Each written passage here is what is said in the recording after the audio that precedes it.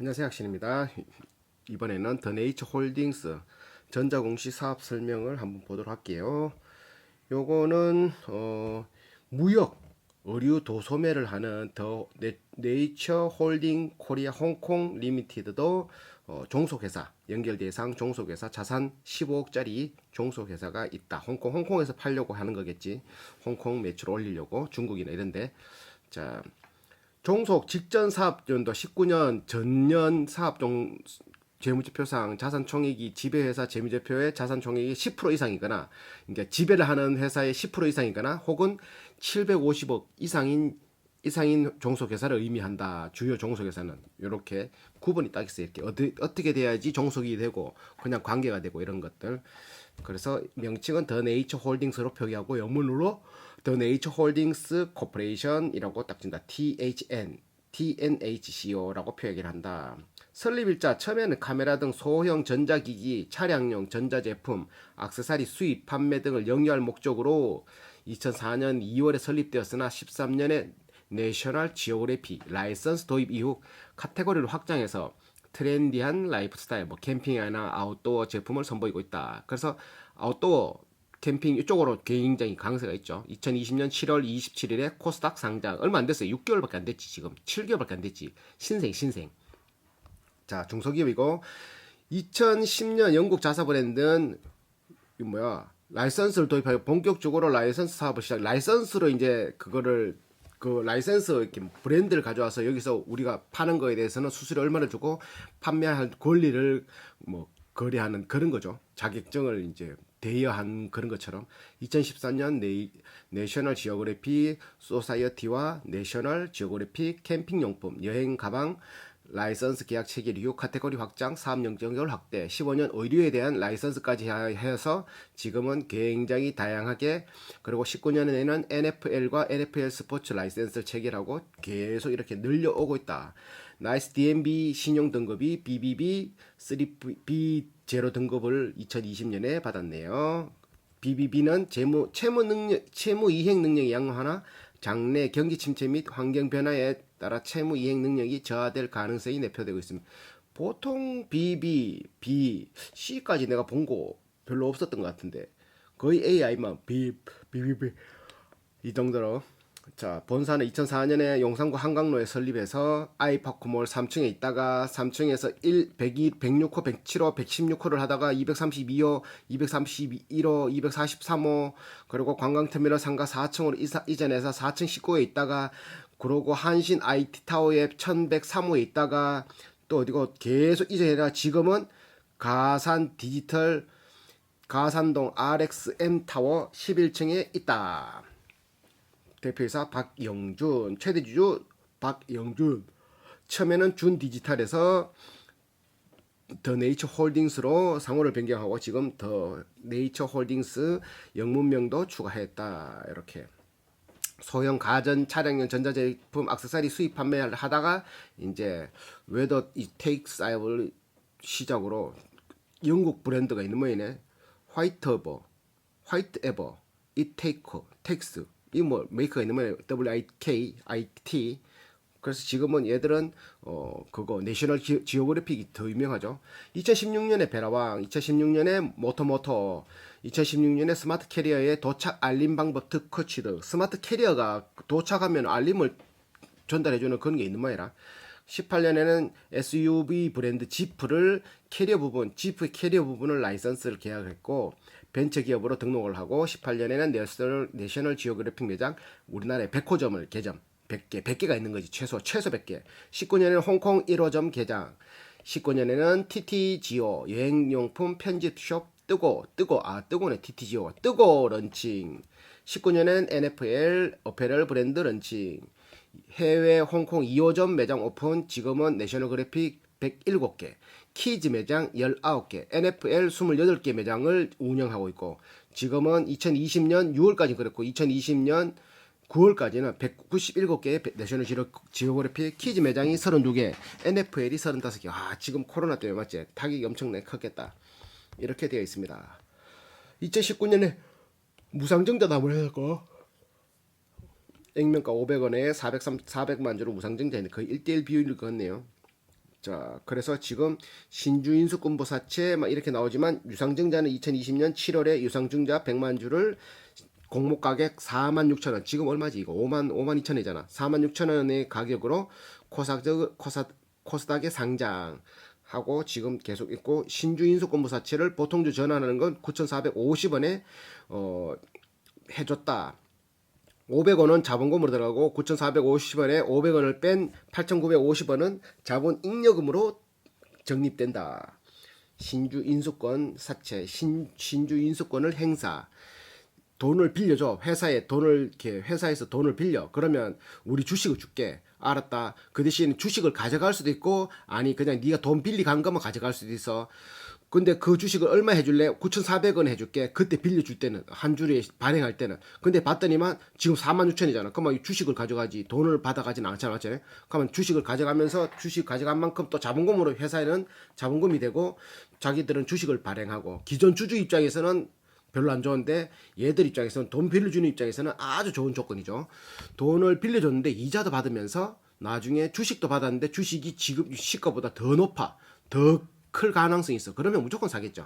그런 형태의 것들이 신주, 유상증자라고 하는. 그래서 유상증자는 기존 주주들한테는 별로 좋지 않은. 왜? 돈을 잘 벌면은 굳이 유상증자 할 필요 없잖아. 은행에서 빌리면 되지. 은행에서 빌릴 수도 없고 힘드니까 자본을 확장하기 위해서, 아니면은 뭐 이렇게 사업 영역을 그 돈을 더 땡기기 위해서 요렇게 한다. 신주 인수권부 사채 이렇게 했지. 자, 또 뭐 있노? 주식 총수. 그래서 8천만 주를 발행할 수 있는데, 그 중에 720만 주를 발행했고 90만 주를 보통주가 아니고 우선주로 발행을 하고, 보통주고 그냥 이거는 우선주인 것 같아. 우선주도 아니지. 하여튼 그래서 총 810만 주를 발행했는데 90만 주는 뭐랄까 해야 되나 이거, 그냥 우선주 비슷하게 발행했는 거를 보통주로 바꾸면 난 이게 이해가 안 되는 게, 보통주를 바꾸면은 플러스 돼야 되는 거 아닌가? 근데 이 보면 발행 유통 주식 수가 720만이, 이거 이해가 안 되지만 별로 궁금하지 않아서 그냥 넘어갈 거야. 그래서 720만 주라고 생각하면 돼요. 유통되는 주식 수가. 주의 전환 상한 우선주 90만 주를 보통주를 전환하고, 보통주를 전환했으면 소수자를 플러스 시켜야 되는 거 아니야? 맞지? 이상하다니까. 몰라. 하여튼 간에 이래 됐다. 자, 전환 상한 우선주라면 전환도 시킬 수 있고 상환도 시킬 수 있고 우선주의 혜택도 주는 굉장히 좋은, 어찌보면 돈을 빌려주는 입장에서는 굉장히 좋은 혜택 다 주는 거지. 다 주는 거. 전환도 시킬 수 있고, 주식을 그 바로바로 내가 이렇게 그거 주식으로 가져갈 수 있고 현금으로 가져갈 수 있는 그런 것들. 상환할 때, 이거 전환 상환 변환 우선주 RCPS 그런 건데 설명이 해가 안 들어간다. 해가. 그래서 18년, 19년, 20년을 봤을 때 18년도에는 86억 순이익, 19년도에 160억, 2020년도에 지금 161억의 매출을 순이익을 발생시키고 있다. 배당금은 없다. 사업개요. 더 네이처 홀딩스, 패션 브랜드, 내셔널 지오그래피, NFL 의류, 여행용 가방, 자파, 제조 판매, 지프, 구디어, 베라왕, 여행용 가방 제조 판매, 그리고 해외에서는 의류 도소매업 이렇게 한다. 패션 사업은 라이프스타일이 굉장히 짧기 때문에 다품종 소량 생산, 아이디어 상품 기억력만 갖추고 있으면 누구나 시작할 수 있는, 맞잖아. 이게 소자본으로 시작할 수 있는 특정 디자인이나 상품에 대한 특허권이나 저작권들의 독점적 지위를 유지할 수 있는 장치가 타 산업에 비해서 상대적으로 부족해. 그러니까 저작권을 이렇게 옷에다가 이렇게 할 수는 없단 말이야. 쉽지 않단 말이지. 브랜드 명이나 이런 거는 할 수 있지. 저작권, 내가 이렇게 처음에 디자인했다 이런 걸 막 이렇게 하진 못하기 때문에, 이거를 브랜드를 쌓기 전까지는 남들이 카피를 굉장히 쉽게 할 수 있다. 그래서 완전한 경쟁 체제. 그러다 보니까 기존에 있는 업체들, 그 브랜드를 딱 완고히 딱 갖춰져 있는 업체들은 살아나기가 쉬울지 몰라도, 아니면 굉장히 신생업체, 브랜드가 굉장히 못 모를 때, 근데 그런 데는 클라 그러면 다 카피를 하니까 원가 경쟁력이나 이런 데서 박살나는 거지. 그런 것들이 있다. 그러니까 어찌 보면 진입 장벽은 굉장히 쉬울 수는 있으나 성장 장벽은 굉장히 높다라고도 할 수 있는 거지.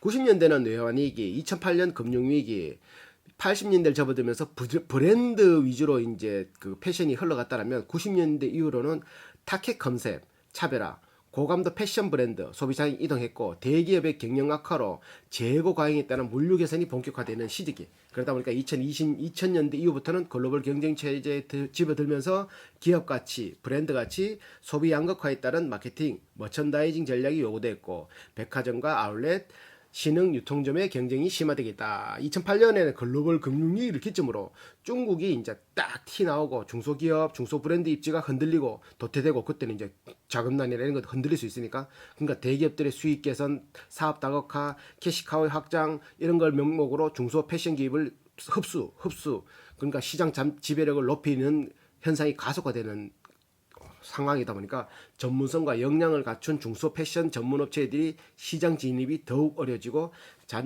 시장 진출 자체가 원천적으로 차단되는 양극화 현상이 지속됐다. 이런 데서 나왔던 게 노스페이스, 영어무역, 필라 이런 것들이 나왔겠죠. FNF 이런 거. 2010년 경기 회복의 기대감이 상승하고 소비 심리가 살아나고 의류모피, 가죽 가방, 신발의 전반적인 경기 기업 실사 지수는 2016년 12월까지 감소하였지만 12년부터 13년 글로벌 스파 브랜드 유니클로, H&M, 자라 이런 것들이 국내에 진출하면서 중저가 브랜드의 경쟁력이 감소하고 왜 얘들은 너무 싸니까 저가 의류를 추구하는 소비자들의 인터넷 쇼핑몰, TV 홈쇼핑, 할인점, 아울렛 등을 주로 이용하고 신유통 채널, 모바일이나 SNS 특히 급속히 성장할 수 있는 계기가 됐다. 고급 의류를 찾는 브랜드는 백화점, 신유통 채널에 대항하기 위해서 더욱더 고급화를 추구하는 전략. 백화점은 정말 이제 고급화. 자들하고 이제 경쟁에 백화점 싼 거 팔면 안 되겠다. 더 고급화.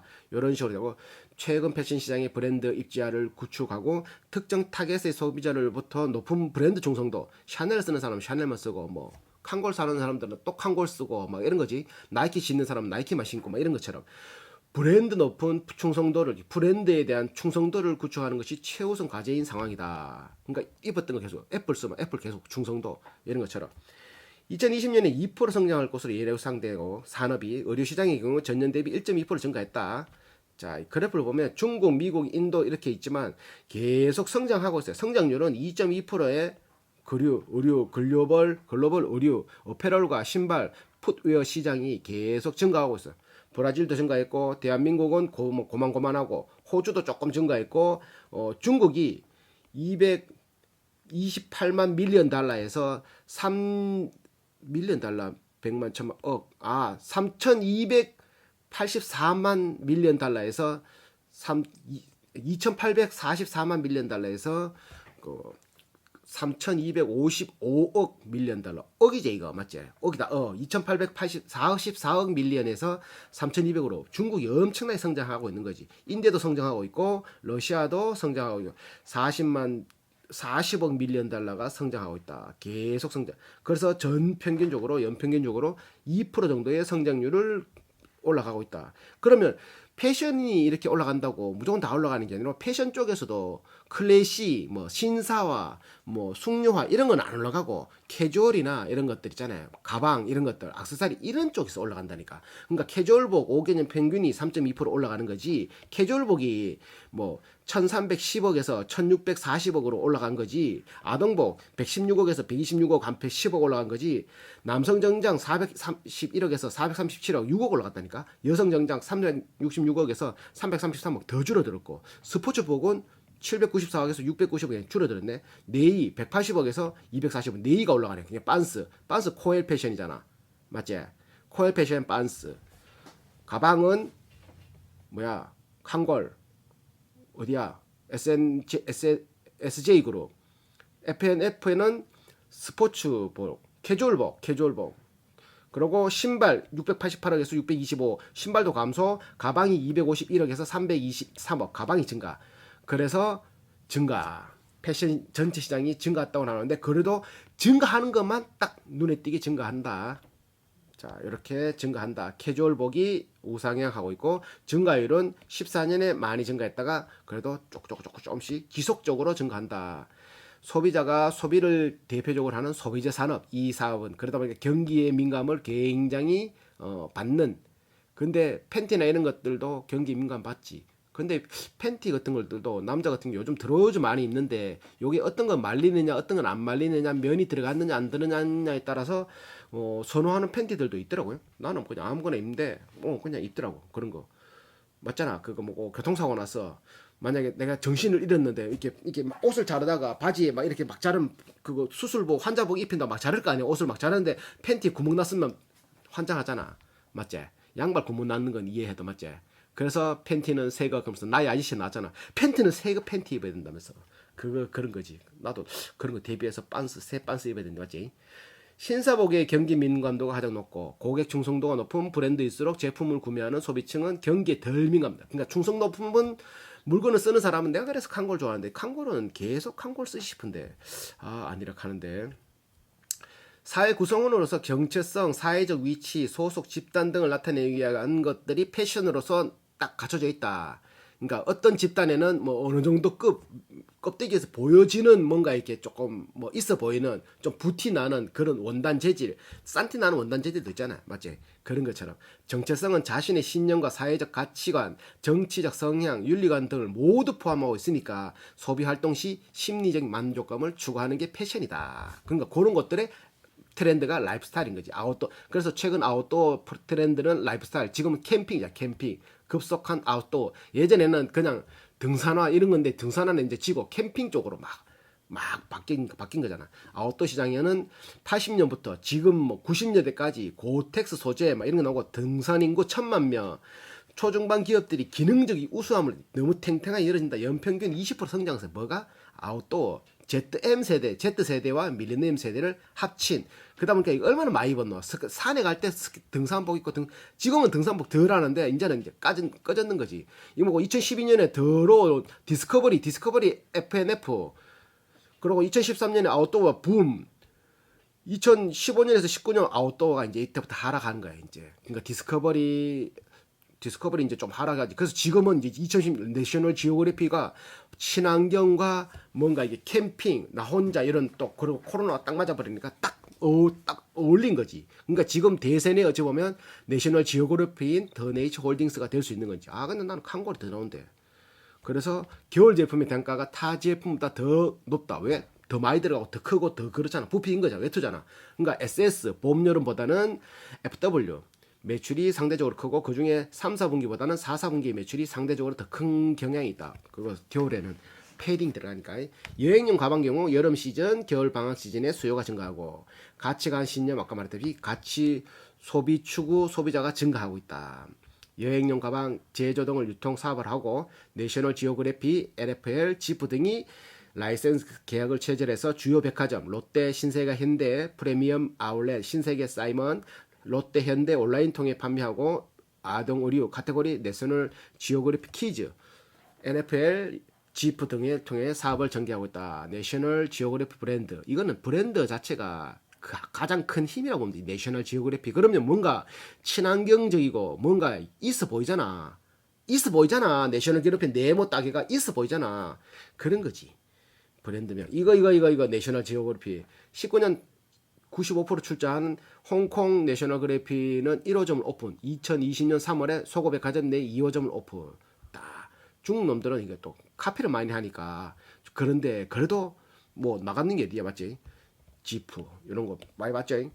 라이프스타일. 그래서 N사는 뭐 어디고 B사는 블랙야크인가 K사는 어디고 Y사는 하여튼 이런 아웃도어 정통 아웃도어 업체가 라이프스타일 아웃도어 사업을 영위하는 뭐 이런 거 그런 지금 너무 이제 올라갔다 이제 감소하는 부분이고 2015년부터 익스트림 부분 소비가 감소하는 반면 디자인과 캐주얼 요소를 갖춘 실용성 높은 제품에 대한 수요가 증가하고 있다.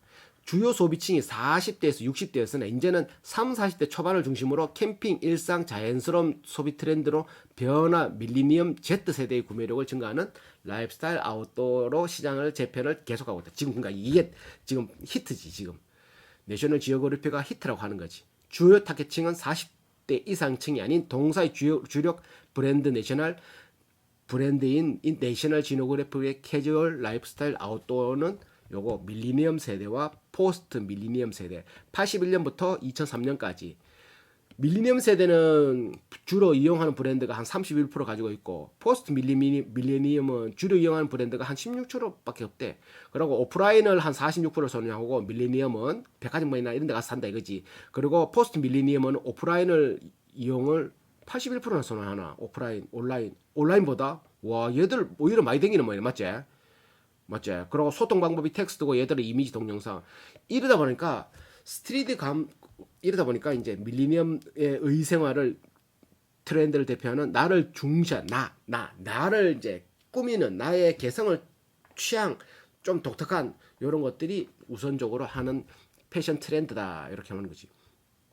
여기에 매출은 내셔널 지오그래피의 매출은 99%가 내수로 그렇지만 브랜드가 내셔널 지오그래피의 국제적인 높은 인지도 다큐멘터 채널도 있으니까 저성장 기조의 국내 패션 시장을 넘어 해외 시장으로서 진출을 모색하고 있다. 그리고 또 이제 신규 브랜드로 미국 축구 협회 NFL 이런 거는 홍콩이나 이런 데 못 들어간다 하대. 미식 축구 이런 거는 중국 이런 데다가 뭐 카피는 할 수 있어도 그러니까 그쪽으로 좀 포기해야 되는 모양이 돼. 그리고 라이센스 기간 연장 재개와 해외, 중국, 미국, 일본, 호주, 뉴질랜드, 중동 진출의 라이센스 계약 당사자인 디즈니사. 요거는 디즈니사가 요런 이렇게 판권을 가지고 있는 모양이라.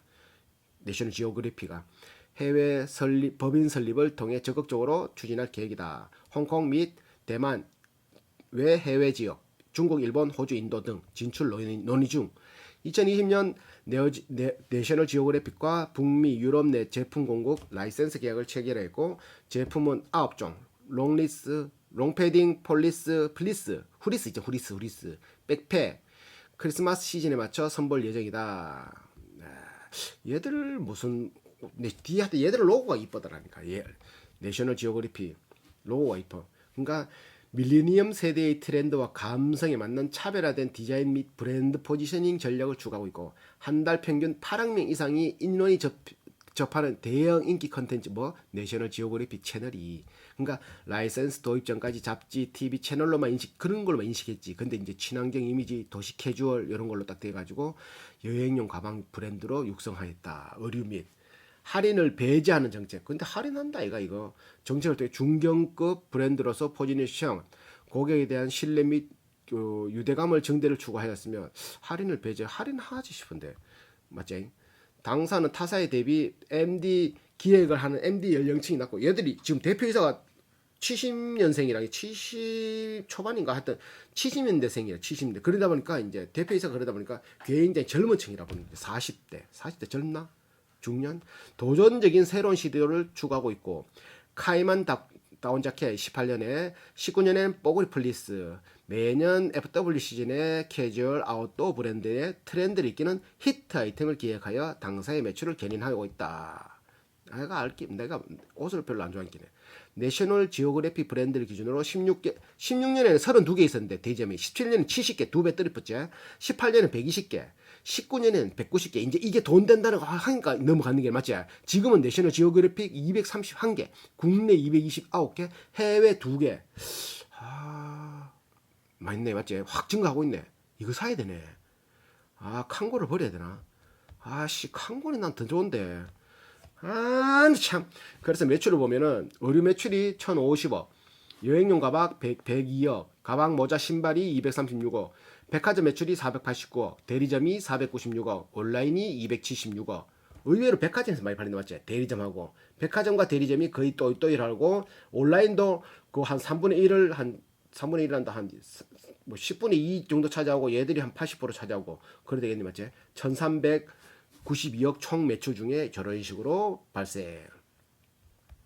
자, 생산 시설 고객 수요 예측에 따른 재고 확배 후 판매. 그러니까 얘들 지금 재고 물건이 매출의 40%가 재고로 있거든요. 990 몇 억인가 재고로 있어 지금.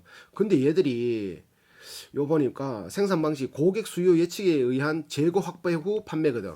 그러니까 미리 요 정도 팔릴 거라 생각해서 재고를 40불 이상을 쌓아놨단 말이잖아.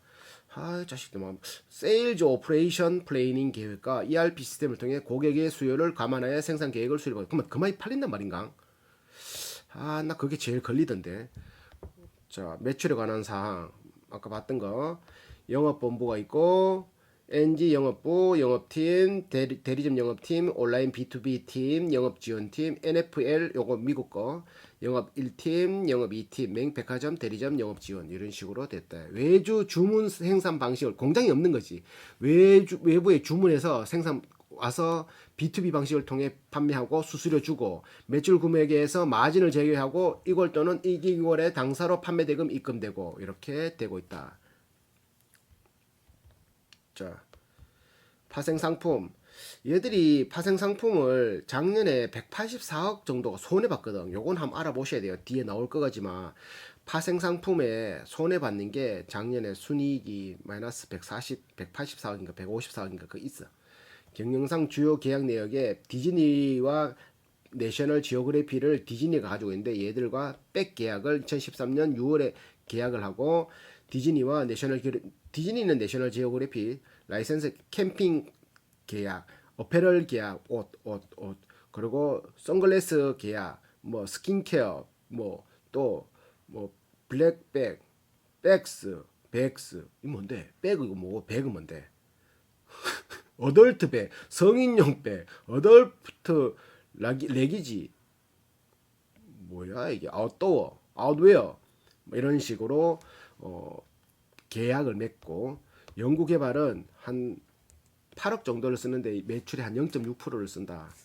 어떤 걸 연구개발하는 거 보니까 기업 부설 연구소에서 내셔널 지오그래피 스마트 캐리어 도착 알림 시스템 적용 출시, 뭐 내 캐리어가 내 근처에 도착하면은 뭐 삐삐삐 올린다 그런 거겠지. 에이, 지금 돈 되나? 여행용 가방 개발. 근데 이거는 그 특허권, 상표권을 이렇게 낸다 하더라도 짝품을 너무 많이 쉽게 만들 수 있으니까 그런 것들이 단점은 있다. 이런 거지. 의류 쪽에는 뭐 디자인에 대한 뭐 이렇게 해야 되나 이거 연구 개발을 했다라는 거지. 뭐 70개, 뭐 100개 스타일, 뭐 디자인 이런 것들 등록해놨다 이 말이겠지. 기술의 경쟁력이 뭐 캐리어 비콘 기술은 표준화된 비콘 기술에 적용하여 비콘 기술이 적용된 모든 공항 또는 서비스를 제공하는 곳에 사용할 수 있고 고객이 장시간 기다리지 않고 수화물 위치를 찾을 수 있는 시간 절약 기술을 보유하고 있다. 비콘 기술 어떤 공통적인 기술인데 거기에 자기 기술들을 넣으면 이 가방이 어디에 있는지 위치를 이렇게 딱딱딱딱 알려준단 말이네. 특허 아까 냈는 거 스마트 캐리어 도착 알림 요거를 내놨다. 여행용 가방 뭐 이런 것들 지적재산권이 있고 재무는 2부로 할게요.